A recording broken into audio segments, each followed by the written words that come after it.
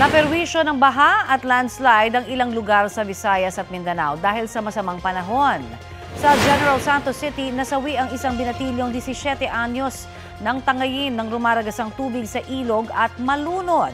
Lunes ng hapon nangyari ang insidente. Kinabukasan na natagpuan ang kanyang bangkay.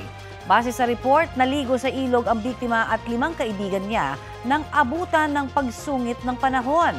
Ayon sa Pag-asa, ang masamang panahon ay dulot ng Intertropical Convergence Zone. Ang ITZZ rin ang nagpaulan sa Davao de Oro. Nabalot ng lupa at gumuho rin ang bahagi ng bundok sa bayan ng Moncayo. Wala namang nasaktan sa landslide. Nagsagawa ng clearing operations ang mga otoridad. Umapaw at rumagasa naman ang tubig mula sa isang sapa sa Kabangkalan, Negros Occidental. Ilang bahay ang pinasok ng tubig na may kasamang mga bato. 20 bahay ang nalubog sa baha sa barangay Oringao. Mabilis namang humupa ang baha.